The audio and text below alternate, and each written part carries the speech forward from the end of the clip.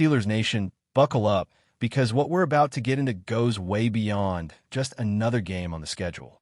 Sure, the matchup against the Packers is coming up fast, and yeah, that kickoff is locked in for Sunday night under the lights at Acrisure Stadium. But if you're only looking at the scoreboard or the win column, you're missing the bigger picture. What matters now, more than anything else, is what this Steelers defense is going to do next. Because make no mistake, the spotlight isn't just on the offense or on Kenny Pickett or whether Jaylen Warren can break one loose. It's not even about the final score this weekend. It's about whether this defense can rediscover what made it feared, what made it tough, what made it Pittsburgh. Let's take a step back and really look at what's ahead. Green Bay is just the beginning. After that, you've got the Colts sitting with only one loss on the season. Then it's a long flight west to take on Justin Herbert and the Chargers, a team that currently boasts the most dangerous quarterback in football. And once you've dealt with that, here come the Bengals again, with Jamar Chase, T. Higgins, and all that firepower. And just when you think you might catch a break, the schedule doesn't let up. The Bears might not be what they once were, but then come the Bills, then 2 dates with the Ravens, and somewhere in there the Dolphins and the Lions, who, let's be honest, are making a serious case as the best team in the league right now. So if you're looking for some kind of breather in this stretch, you're not going to find it. And that right there is the core of why this game, this Sunday night matchup, isn't just about a win or loss. It's about survival. It's about whether this defense can find its identity before it's too late. Because if it can't, if this unit continues to slip or stagnate, it won't matter how many chunk plays the offense manages to scrape together. The season will spiral, and it'll spiral fast. Now, listen, nobody's saying the sky is falling over one bad performance. Yes, the game against Cincinnati was a tough one. Short week, rough night, lots of things didn't go right. But let's be honest here, this didn't start in Cincinnati. That was just the loudest alarm bell so far. The truth is, the pass defense has been giving up yards in chunks all season long. That unit has been hanging on by a thread, and we've been seeing cracks week after week. So while it's comforting to hear players say it's a long season or we'll get cleaned up, that only holds weight if it's backed up on the field. It's not about lip service anymore. It's about showing up. It's about execution. And frankly, it's about change, real change. Not just hitting harder or trying harder or hoping the next play goes your way. That's not a plan. That's not strategy. That's not sustainable in a league this competitive. The Packers are a good team, no question. And yeah, it's a funny stat that every time they've won this year, they've scored exactly 27 points. But the Steelers can't afford to get distracted by cute numbers or narratives. They need to treat this game as the reset button, because if this defense doesn't turn a corner now, then when? Against the Colts? Against the Chargers? Against Baltimore in December? The stakes get higher every week, and the margin for error gets smaller. And look, this defense doesn't need to become elite overnight. It just needs to start showing signs that it can be trusted again, that it can line up against top-tier offenses and not just survive, but push back, that it can get off the field on third down, that it can generate pressure without blowing coverages, that it can tackle clean and avoid the kinds of breakdowns that lead to 40-yard gains or wide-open touchdowns. This is more than just about schematics. It's about confidence. It's about belief. It's about whether this group of guys can look each other in the eye and know they're capable of locking things down when the game is on the line. Because right now, it feels like they don't know.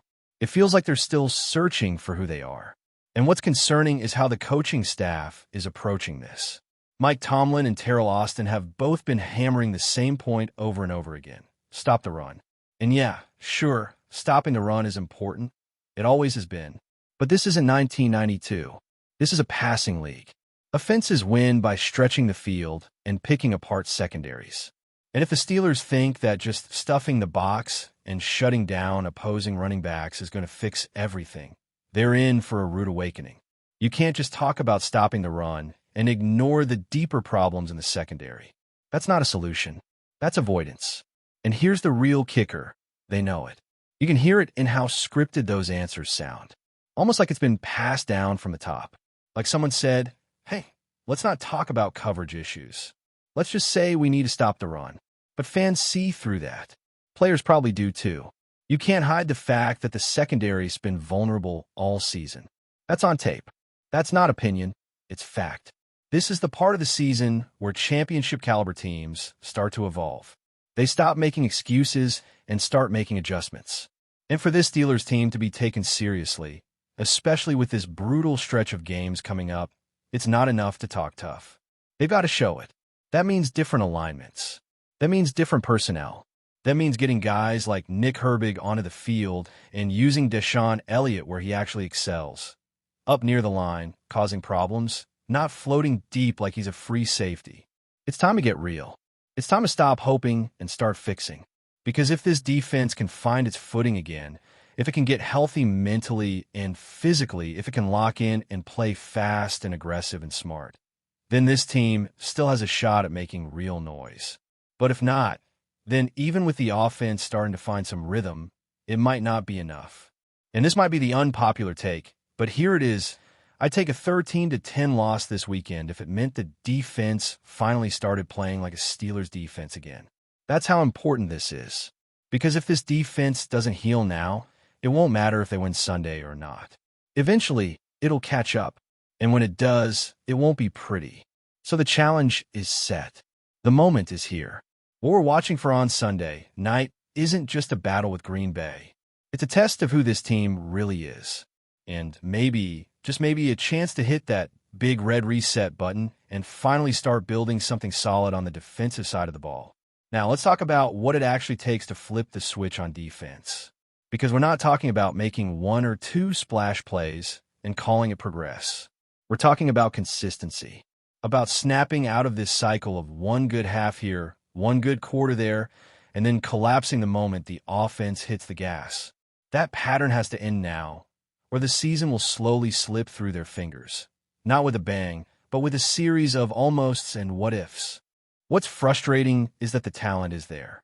This isn't some bottom-tier roster full of backups and rookies playing out of position. There are veterans.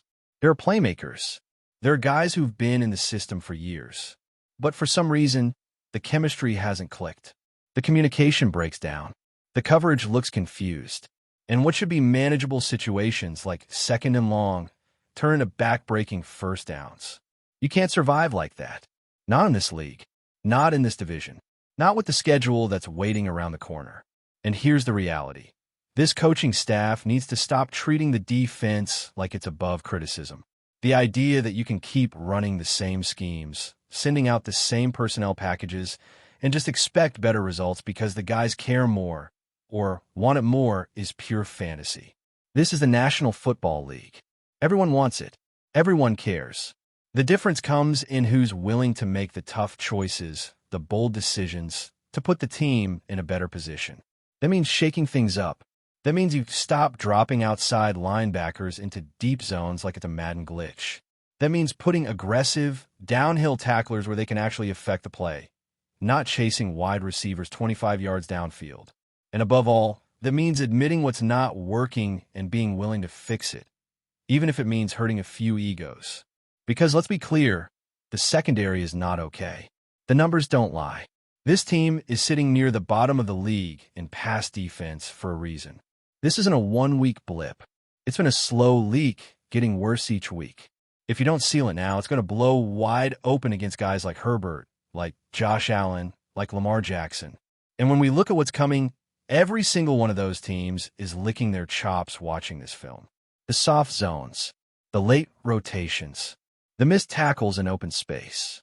These are offenses that are built to punish that kind of defense. And no amount of "we've just got to be better" is going to stop it. What will stop it is change. Real, tactical, personnel-based change. And this is where it gets tough for the coaching staff. Because sticking to your system, sticking to your people, that's the comfortable move. That's the safe move. But it's not the right move right now. The right move is to start mixing it up. Give the younger guys more snaps. Throw a different look at quarterbacks who are already expecting you to play soft coverage. Confuse them. Force errors. Right now, this defense is too predictable. And if we can see that from the outside, you know opposing coaches are scheming around it every week. And here's the thing. Fans will live with mistakes. They'll live with missed tackles and blown coverages if they can see the effort and the intent behind trying something new. What they won't accept is stubbornness. They won't accept watching the same mistakes week after week while the people in charge insist the plan is fine. Because it's not fine. You don't fall to the bottom of the league in pass defense because of a bad week. You end up there because your system isn't working. So what do we need to see this weekend? It starts with energy, physicality, play fast, hit hard, make receivers think twice about running routes over the middle. Send a message that this defense still has pride, still has fire.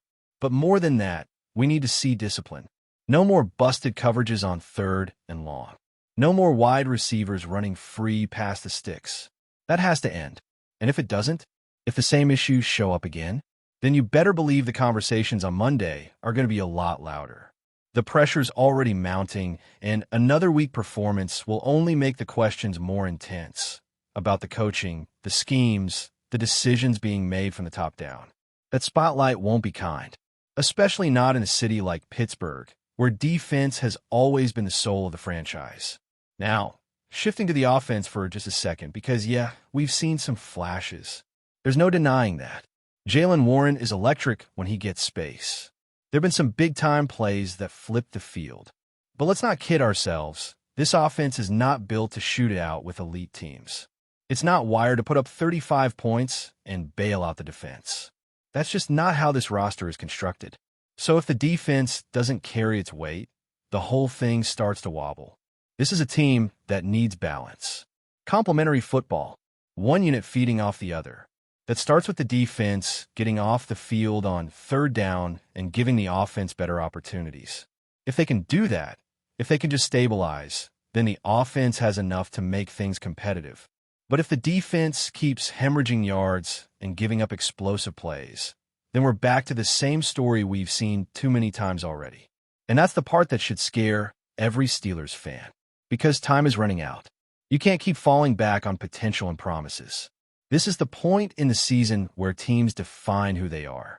And if the Steelers want to be more than just another average squad fighting for a wild card spot, the defense has to set the tone, has to punch first, has to look like a group that knows exactly who they are and how they win games. But before we dive in, don't forget to subscribe to Steelers Nation Central and hit the like button on this video. Your support helps us keep bringing you the latest updates on the Pittsburgh Steelers. And don't forget to share your thoughts on the news in the comments below. Whispers are already echoing through Pittsburgh after Jordan Love seemingly turned up the heat in a way only he can. The Green Bay Packers quarterback didn't just take the field. He took aim at the Steelers, and the league is buzzing. Sources close to the team report that Love, known for his laser-sharp throws and relentless competitiveness, dropped a few pointed comments during a recent press interaction that insiders are calling provocative, borderline incendiary. While he didn't explicitly call out any player, the implications were clear. Love is ready to make a statement against Pittsburgh. Fans and analysts alike are interpreting his words as a challenge, a mental jolt meant to get under the skin of the Steelers roster. Some suggest it's classic Love, using mind games to gain a psychological edge before a matchup that promises fireworks. Others whisper that this is more than bravado, that Love is quietly signaling that he believes his Packers squad has the weapons and the discipline to exploit Pittsburgh's weaknesses. The timing couldn't be more dramatic, with the two teams slated to clash in a primetime showdown that could have playoff implications. The Steelers, known for their ironclad defense and no-nonsense approach, aren't likely to let a few comments slide. Sources within Pittsburgh hint that players and coaches are watching Love closely, and some even suggest that the remarks have added extra fuel to a team already hungry for revenge.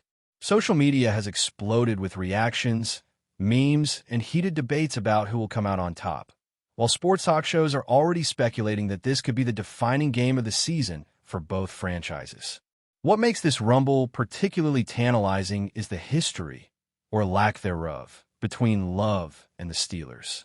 Jordan Love is relatively new to the starting quarterback spotlight, yet he seems unafraid to stake his claim against one of the NFL's historically tough defenses.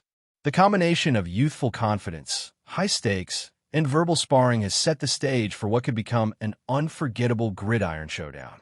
As the countdown to kickoff continues, everyone is asking the same question. Did Jordan Love just light a fuse, Or is this the calm before the storm? Either way, one thing is certain. The Steelers will not forget, and the NFL world will be watching. Rumor has it, this game won't just be about stats. It's going to be about pride, grit, and the first real test of Jordan Love's fire under pressure. That's it for this update. If you enjoyed the video and want to keep receiving exclusive news about the Pittsburgh Steelers, make sure to subscribe to Steelers Nation Central and give this video a like. We always look forward to hearing your comments and opinions.